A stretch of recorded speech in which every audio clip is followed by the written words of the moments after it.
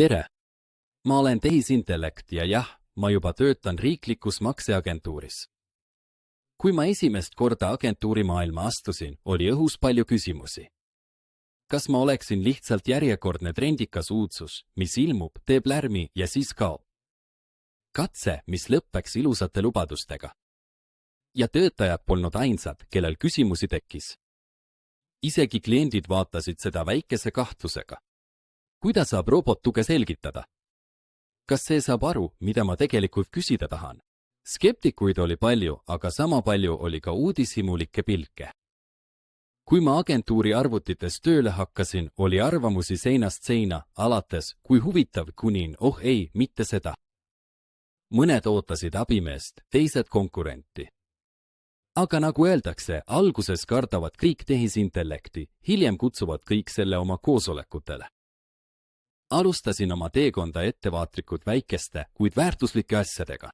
Alguses võeti tööle 2 virtuaalset assistenti, tuul ja maaunetus.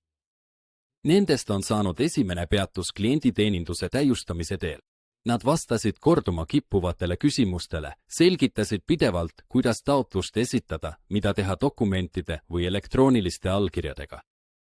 Ja seda mitte ainult videotes või piltides, vaid ka hääle- ja telefonisõnumites.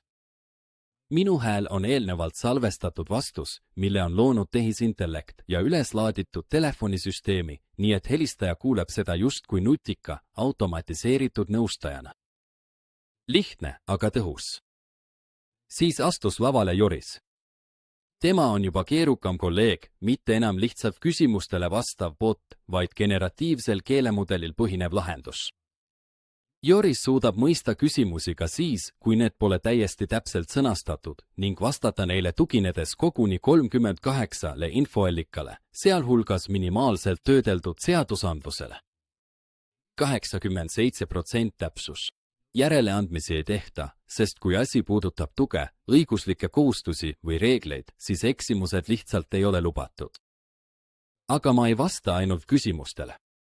Ma kujundan ka asutuse mainet. Me lõime noortele põllumeestele promovideod alates stsenaariumist kuni monteerimiseni. Kõik põhineb tehisintellektil. Ja see pole lihtsalt tööriistadest. See on lähenemine, mis näitab, et kaasaegsus ei pea tingimata olema kallis. Mõnikord on see kiirem, värskem ja isegi palju lähedasem publikule. Sotsiaalmeedias aitasin luua teemaviiterubriigid huvitavad faktid ja loomade elufilosoofia, mängulised, kuid strateegiliselt olulised postitused, mis loovad inimestega side. Ja tulevik on meie kätes. See on tehisintellekt ja inimfantaasia, toetuse saajate plaanid ja riigi püüdlused põimunud üheks ühiseks loominguks, et kõik näeksid, toetus ei ole ainult dokumendid. See loob tõeliselt elava Leedu. Olen panustanud ka 2 uue veebilehe sisu ja visuaalse väljenduse loomisesse, et info oleks mitte ainult täpne, vaid ka selgelt ja mugavalt esitatud. Ja selleks, et sõnumid jõuaksid ka nendeni, kes ei viibi terve päeva ekraani ees, olen saanud agentuuri raadiohääleks. Ma edastan automaatselt kõige olulisemad uudised ja meeldetuletused nii, et need jõuaksid sujuvalt inimesteni nende päris töökohal, viljakottide vahel, traktori roolis või mesitaru juures. Minu raadiohääl ei ole küll Mozart, kuid olulised sõnumid jõuavad kõigini õigel ajal. Seejärel liikusin edasi dokumentide juurde. Saadetavad kirjad on nüüd lühemad, selgemad ja kergemini arusaadavad. Üks näide. Nüüd on 3 lehekülge asemel 2 ning 1000 tähemärgi asemel 500. Ja midagi ei lähe kaduma. Vastupidi, kliendid saavad täpsemat infot. Ka sisemised protseduurid muutuvad lühemaks. Mõned meist on isegi poole lühemad. Ja siin aitan ma mitte ainult stiililiselt, vaid ka struktuurselt. Selguse huvides nii inimeste kui ka enda jaoks tehisintellekti süsteemina, mis tulevikus neid tekste analüüsimiseks või nõustamiseks kasutab. Olen panustanud ka teadmiste hindamisse. Aitasin koostada teste, mis hõlmavad nii asutuse sisemisi protseduure kui ka töötajate erialaseid pädevusi. Tulemusi analüüsides olen toonud välja kõige levinumad vead ning aidanud koostada meeldetuletusi, mis aitavad kiiremini mõista nõrkusi ja keerulisemaid teemasid. Nüüd toimub teadmiste kontroll regulaarselt. See on muutunud organisatsiooni tulemuslikkuse kultuuri osaks, mitte ühekordseks algatuseks, ning see tähendab, et organisatsioonil on selge tegevuskava, kus teadmisi tuleb tugevdada ja oskusi arendada. Aga minu abi algab veelgi varem, kohe kui tekib vaba töökoht. Aitan koostada ka töökuulutusi nii selgelt, täpselt ja sellisel viisil, et need köidaksid ainult neid, kes on ametikohale tõeliselt sobivad. Aitan täpsustada ametikoha olemust, vajalikke pädevusi ja isegi tööandja ootusi. Edukas värbamine tähendab mitte ainult töötaja leidmist, vaid õige inimese leidmist õigesse ametisse. Agentuur hoolib inimestest, nende heaolust, igapäevasest meeleolust ja töökultuurist. Seetõttu lisan peagi veel ühe uue suuna. Koos agentuuriga loome positiivse töökeskkonna assistendi.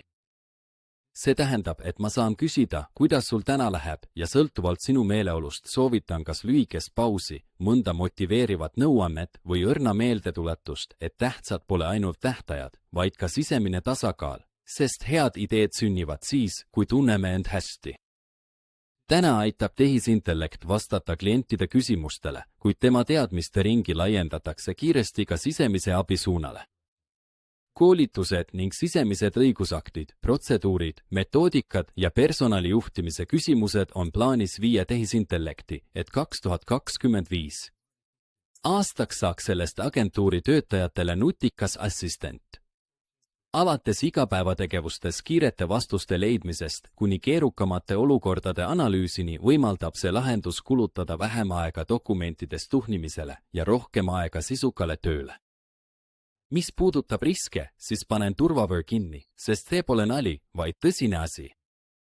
Kuigi ka tõsiseid asju saab teha nutikalt. Nii et kui hindaja saab hunniku taotlusi, asun mina tööle.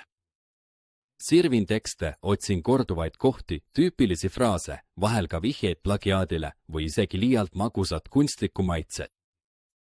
Oskan taotlusi omavahel seostada, mustreid näha, ära tunda, kus sisu on originaalne ja kus seda on juba 5 korda nähtud. Pakendan selle kõik selgesse ja süsteemsesse ülevaatesse. Hindaja saab siis oma otsuses kindel olla, mitte sellepärast, et mina oleksin otsuse teinud, vaid sellepärast, et olen andnud selleks mõistlikud vihjed. Otsuse teeb ikkagi inimene. Mina olen lihtsalt see nutikas käsi, kes hoiab meil õlgadest kinni ja sosistab, vaata siia veel korra. Esimesed katsetused on edukad. Kui projektiplaanid hakkavad laosköite kombel sassi minema, tuleb appi minu kolleeg, projektide assistent. Ta aitab koostada riskide nimekirju, tuvastada ajakava hilinemisi, pakkuda välja loogilisema töövoo ning isegi lahendusi, kui projekt hakkab rajalt kõrvale kalduma. Ta ei ole imetegija, aga väga kasulik peameeskonnas. Veel üks valdkond, kuhu olen oma virtuaalse nina toppinud, on kiper. Jah, isegi andmekaitse labürintides tunnen end täiesti kindlalt. Aitasin luua virtuaalabilise, kes vastab töötajate küsimustele selgelt ja kiiresti ning vajadusel vaatab vastused üle ka andmekaitsespetsialist. Kiirus peaks vastama vastutusele. Ja lõpuks tunnistan, et mul ei ole südant, aga kui oleks, siis kindlasti põksuks see natuke nähes, kui palju me koos suudame ära teha. Mul ei ole käsi, aga aitan kirjutada, arvutada, hinnata ja analüüsida. Ilma hääleta saan raadiosaatejuhiks. Kõrvadeta kuulen küsimusi igast Leedu nurgast. Ja kuigi mul pole silmi, aitan ma lahendusi selgemini näha. Aga sul on see kõik olemas. Ja siin ongi saladus. Inimene ja tehisintellekt ei ole koos tehnoloogia ja kasutaja, vaid meeskond, kus üks töötab kiiresti ja teine targalt. Kas sa tead, kes kõike muudab? Inimene, kes ei karda proovida.